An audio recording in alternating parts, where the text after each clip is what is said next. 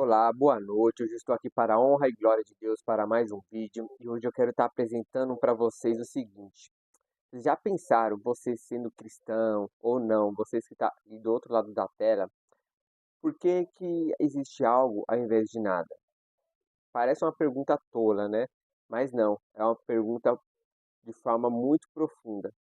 Por que que existe algo ao invés de nada? Será que viemos do acaso?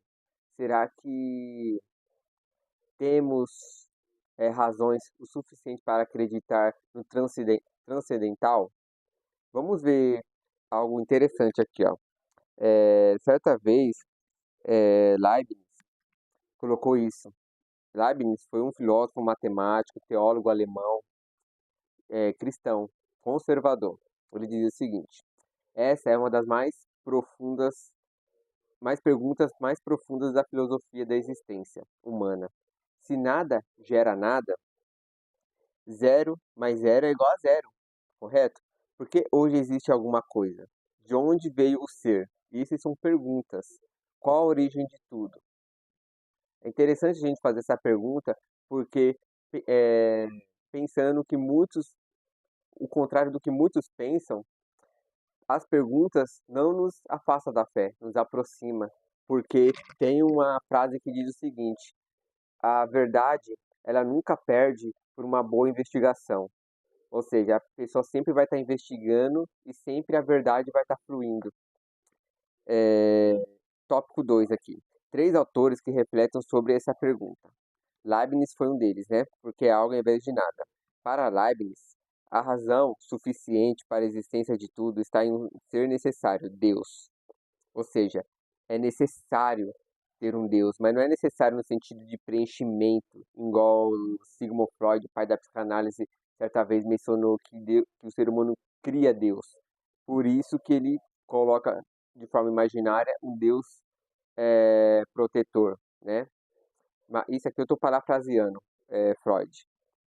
É, Heidegger, que viveu no século XX, filósofo alemão também, ele diz o seguinte: ele considerava as perguntas as mais fundamentais da metafísica, a existência. Para ele é um espanto, porque há algo ao invés de nada. Repito,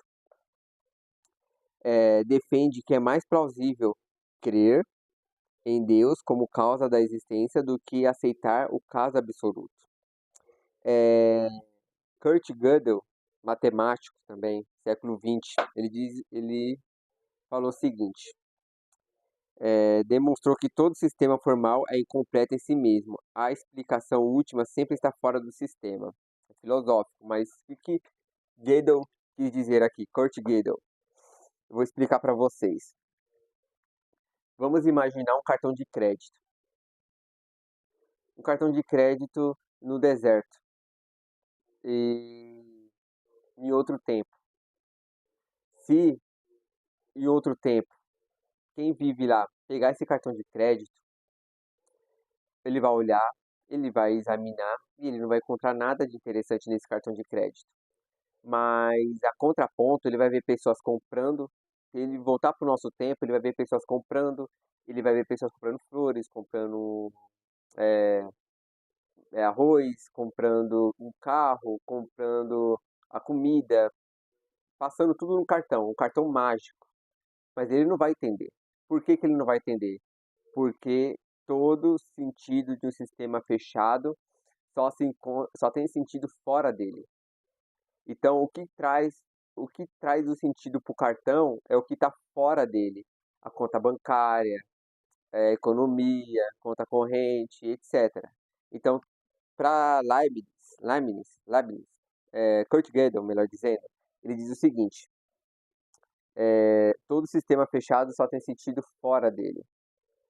Então, para que o universo tenha sentido, algo fora dele precisa existir. Olha que interessante, eu vou usar uma entre aspas aqui para vocês para explicar algo interessante.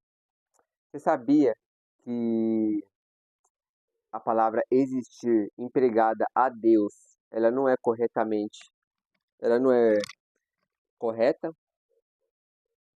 politicamente correta, porque existir vem do latim existire, existere, que significa extrair de algo. Você não fala ex-namorado ou ex-namorada, exire, ou seja, sair, êxodo, né? Saída. Então, e Deus, ele não foi extraído de algo. Deus é, mas um formato, por uma linguagem popular, a gente usa a palavra existir, correto? Então, só um parênteses aqui, algo informativo, mas não tem problema algum no dia a dia a gente fale que Deus existe, tá bom? É, então a gente vê algo muito interessante. Agora eu vou mencionar aqui um ex-ateu, C.S. Lewis, é, autor de Crônica de Nárnia e entre outras obras.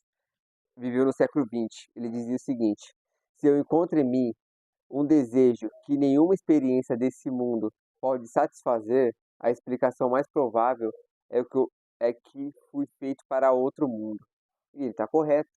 Quando a gente vai para Romanos, vamos ler a Bíblia aqui? Vamos abrir na Bíblia, Romanos 1, verso 20.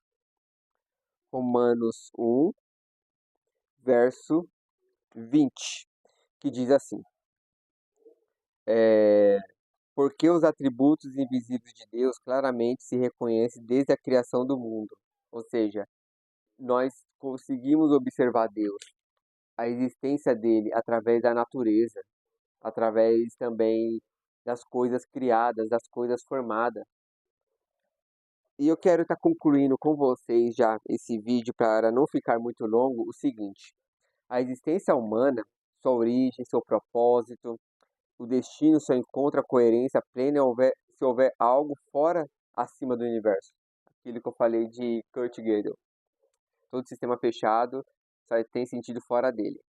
Um Criador eterno, inteligente e pessoal. E quando a gente vai para o Salmos 90, verso 2, diz assim: antes que os montes nascessem e se formassem a terra e o mundo, de eternidade em eternidade, tu és Deus. Então, a ciência, a boa ciência, colabora com evidências de um Deus protetor que não foi criado por ninguém e ele em si mesmo se basta. Porque a grande pergunta filosófica é o seguinte: tá, Ivanildo, você está dizendo aqui que Deus existe, que Deus criou todas as coisas, mas quem criou Deus? Não existe essa forma de perguntar quem criou Deus.